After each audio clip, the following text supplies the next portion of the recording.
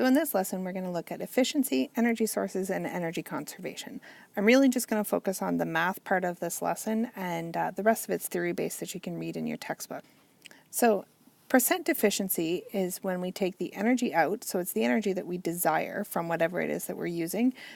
We divide it by the total energy we've put in and multiply it by 100. And obviously, the closer to 100 it is, the more efficient that device is.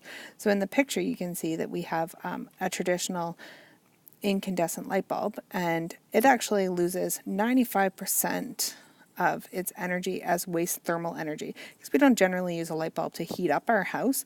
We're using it to get light or radiant energy. So we can use this formula to help us figure out how efficient it is. And you actually did these examples in grade 9 as well.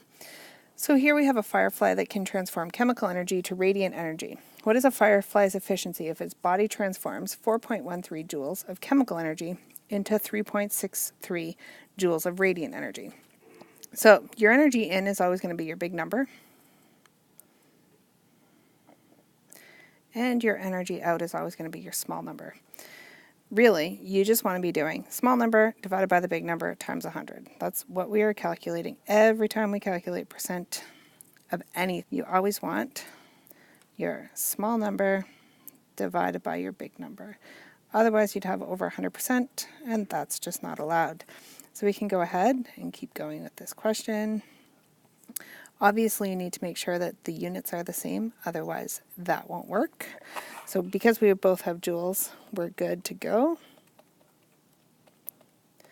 So we get 87.89%, and then we still want to look at our significant digits. So we have 3 in both of the numbers that were given in the question.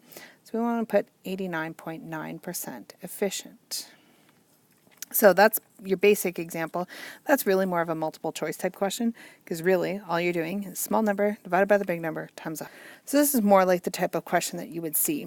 So it says, what is the efficiency of a rope and pulley system if a painter uses 2.05 kilojoules of energy? So we don't know, is that energy in or energy out? So let's just write that number down.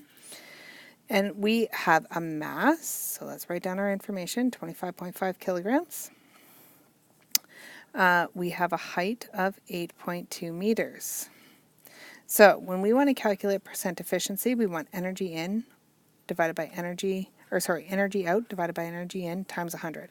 So we don't have another energy, but we are given information that allows us to calculate our potential energy. So let's go ahead and do that. And then we will be one step closer to being able to solve this problem.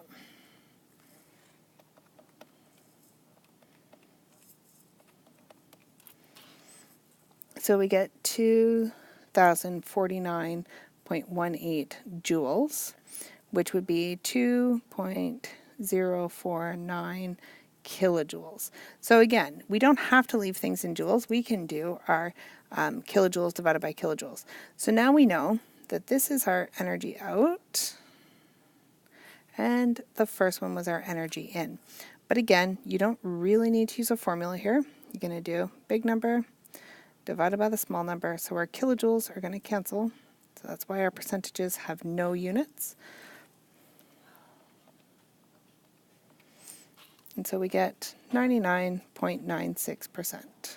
So that's a pretty efficient system.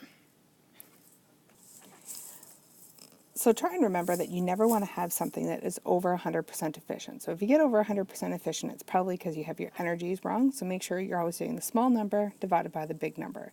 And we're always inventing more efficient devices. So on page 244 in your textbook, it kind of talks about some energy transformation of various devices. So you can check that out if you're interested. And then the last kind of thing that we're going to talk about in this video is something that you should have learned about in grade 9, probably science and geography, and you probably already know it anyway, but let's just review. So energy resources are any energy-rich substance, and they can be renewable and non-renewable. So renewable means that it has an unlimited supply, or a supply that can be replenished very quickly. So things like our wind energy, solar energy, hydroelectric, those types of things. Non-renewable are sources that we are eventually going to run out of, so things like fossil fuels. So any type of gasoline, coal, those types of things are fossil fuels, and then nuclear, because we also have to mine uranium for our nuclear power plants.